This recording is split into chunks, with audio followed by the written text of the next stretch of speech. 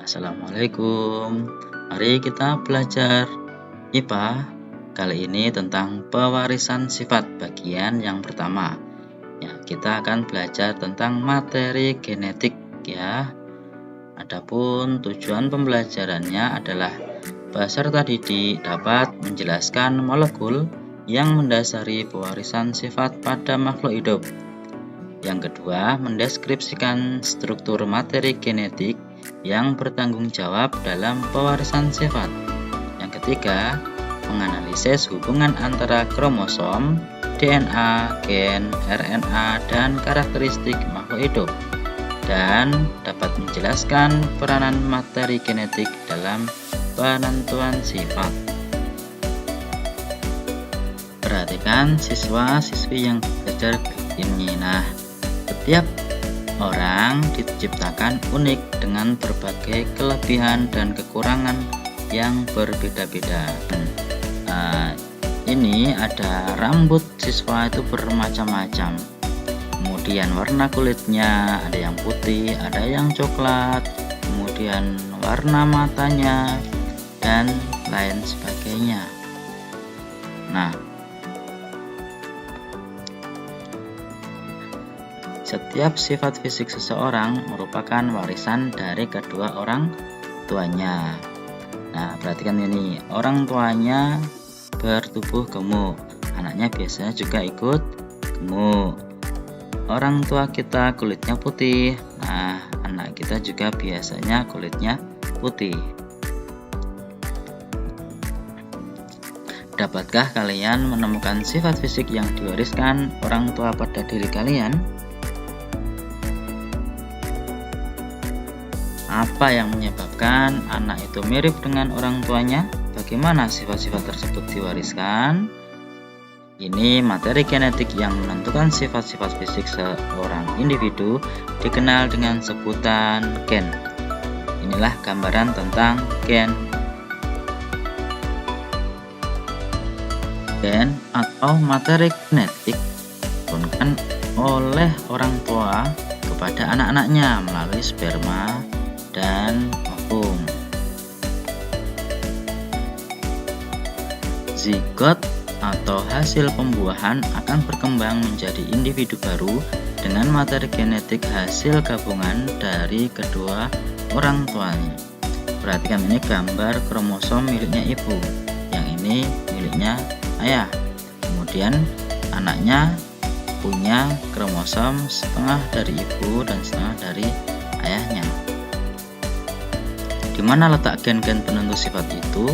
Nah, gen penentu sifat ada pada setiap sel tubuh manusia.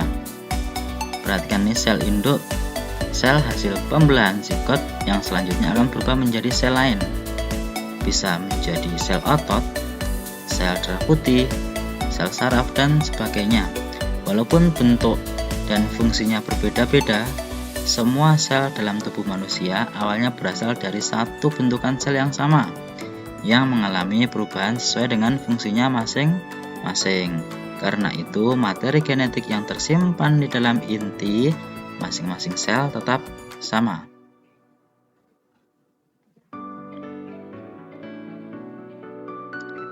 Pada inti sel, gen-gen penentu sifat tersimpan dalam bentuk kromosom. Jadi, kromosom berada di bagian inti sel. Di dalam kromosom terdapat untaian protein berupa benang yang dikenal dengan sebutan DNA. Jadi, ini di bagian kromosom. Kemudian ini ada untaian benang, di dalamnya terdapat DNA. Inilah DNA itu. Kemudian, apa itu kromosom? Jadi, kromosom itu adalah pembawa materi genetis atau gen yang ada pada setiap inti sel makhluk hidup. Pada sel tubuh, kromosom selalu berpasangan dan disebut diploid. Ini kromosomnya bersifat diploid atau berpasangan. Kromosom terdapat pada masing-masing inti sel dengan jumlah berbeda-beda pada setiap spesies.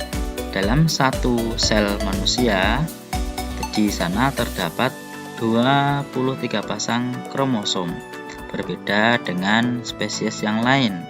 Misalnya ayam, setiap selnya mengandung 78 pasang kromosom. Tikus ada 40 pasang, dan katak ada 13 pasang kromosom. Itu tadi kromosom. Sekarang apa itu DNA? DNA itu adalah senyawa kimia yang ada pada kromosom manusia. Perhatikan, ini adalah untaian DNA panjang ya. Kemudian bagian-bagian DNA itu adalah gen. Perbedaan susunan DNA pada kromosom setiap orang membuat sifat fisik setiap orang berbeda satu sama lain. Nah, kemudian apa itu gen? Nah, tadi DNA makhluk hidup itu dapat dibagi menjadi kelompok-kelompok kecil bernama gen. Jadi ini satu bagian disebut dengan satu gen. Masing-masing gen terletak pada lokasi tertentu dalam kromosom tertentu.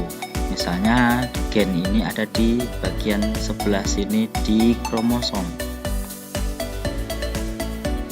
Nah, perhatikan ini misalnya masing-masing gen terletak pada lokasi tertentu dalam kromosom tertentu, dan di dalam satu kromosom terdapat berbagai macam gen. Ada gen hemoglobin, gen daun telinga, gen hidung, gen pengatur gula tubuh, gen golongan darah. Itu misalnya ilustrasinya adalah seperti inilah ya.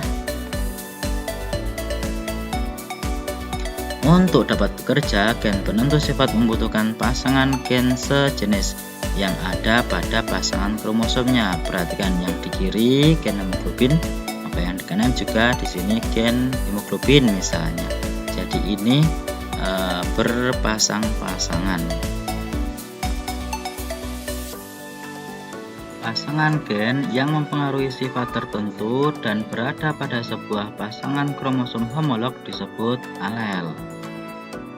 Jadi ini alel, ini alel gitu ya. Alel dari sebuah gen tidak harus sama, tetapi tetap satu jenis. Nah, ini alel yang sama, yang ini alelnya berbeda. Setiap alel memiliki tempat khusus yang disebut lokus. Jadi di sini lokus untuk gen daun telinga misalnya.